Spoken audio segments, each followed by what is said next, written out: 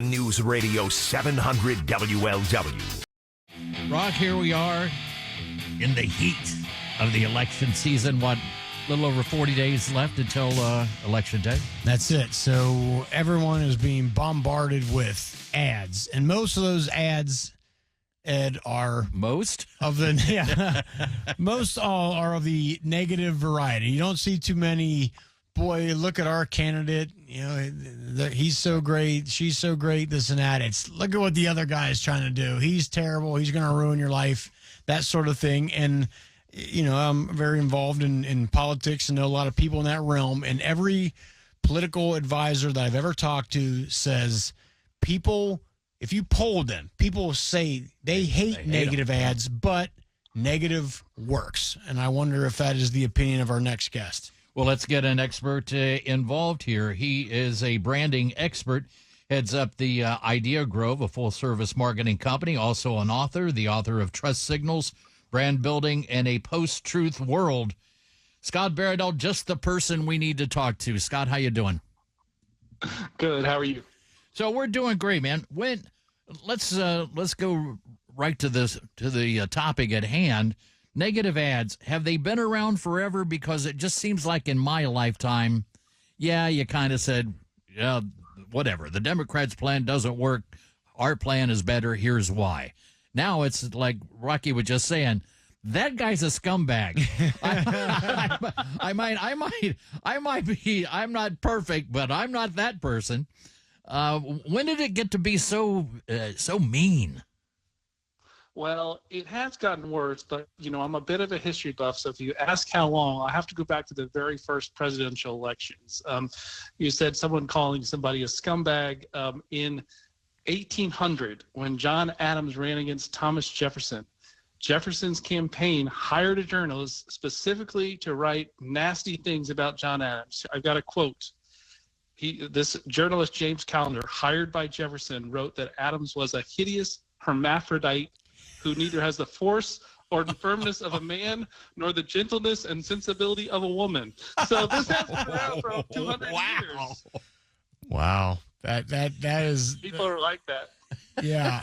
And I know from historically, I mean, you know, the 1860 election, right, with Abraham Lincoln, same thing. These guys were just making up stuff and calling each other's manhood out and the whole deal, right?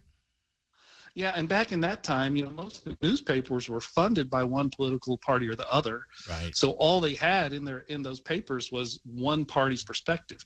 So it was kind of a 20th century thing to try to have some kind of objective set of facts that we could all kind of riff off of through mainstream media. But that's, as you know, all kind of fallen apart in the last 20 or 30 years. That's very interesting because I bet most people didn't know that. That's really since the beginning of journalism and newspapers, they've been kind of bought and sold by one side. I mean, everyone today says, you know, look at MSNBC. That's clearly, you know, bought and paid for by the Democrat Party. But that's you know, that's kind of been going on for a long time. More than it's not gone on is kind of what you're saying.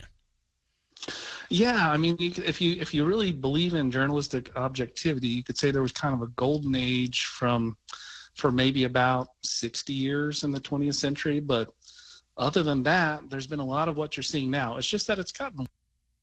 Yeah, I think we lost him.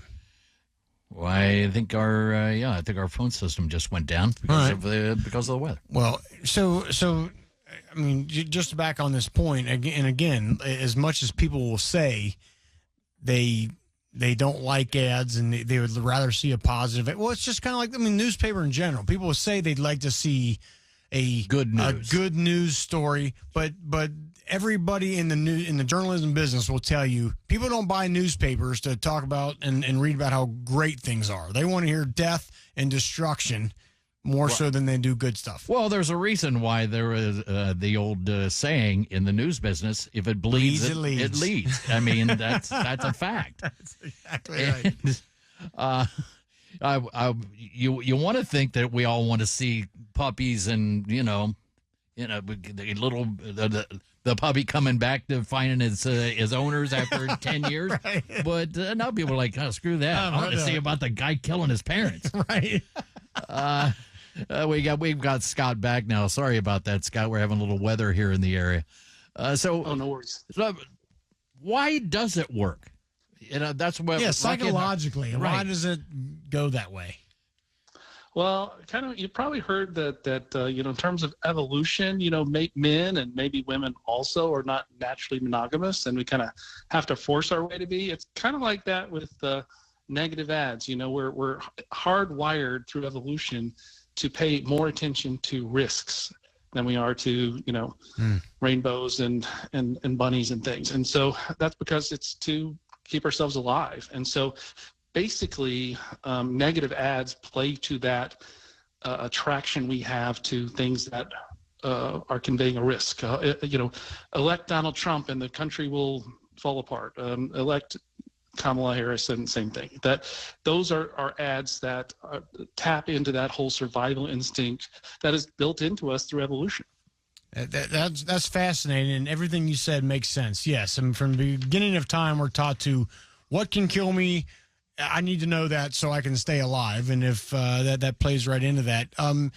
Scott, let me ask you this: is there any point or any topic within negativity where it goes the other way? Is there a point where people say, "Well, wait a minute now, I don't like that, or I can't have that, or where it doesn't seem to work in the same model of negative ads"?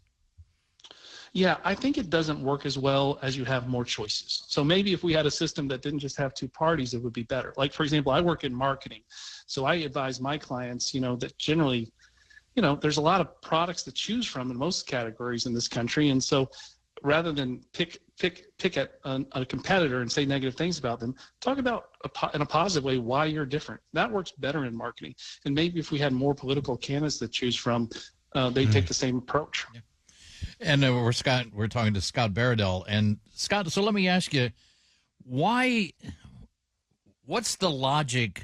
Because if you're watching TV, any time of day, it doesn't matter. In a given commercial break, you'll hear an ad for a candidate. Then you'll hear his opponent attacking the candidate. Then you'll hear the same guy who just ran a spot 2 spots ago come back with another spot. I mean, frequency, I guess. Is that what it is? Is it frequency? Because are you just trying to overcome the negative stuff? I don't get it. It's annoying, is what it is. To be honest with you. Well, I'm in Texas, so I don't get that. I think that's because you guys are in a swing state. So. Yeah, interesting. Yeah, it's kind of by the commercial break, it can go back and forth three different times. Absolutely. Interesting. So do you ever see this, Scott? Despite the fact this goes against our intuitions as human beings in general since the beginning of time, do you ever see this going another way? Is there something that can happen that'll make us, I guess, dislike or not be as influenced by negative ads, or is this kind of hardwired and this is how it's going to be? Yeah, I don't think there's a lot we can do about it. We can try to, as individuals, kind of be conscious of that, tendency we have and try to look for positive things in the reasons that we're voting or other things. But it's kind of fighting against nature in a sense. But as I would say, in countries where they have more candidates and they have more parties, and parties are, say, focused more on specific issues, they tend to be more like brands that are trying to differentiate themselves and explain in a positive way how they're different. That's really the only thing I can think of that could make advertising and campaigns in general less negative. But when it's two choices, it just goes to our human nature for each side to just bash the other one. Right.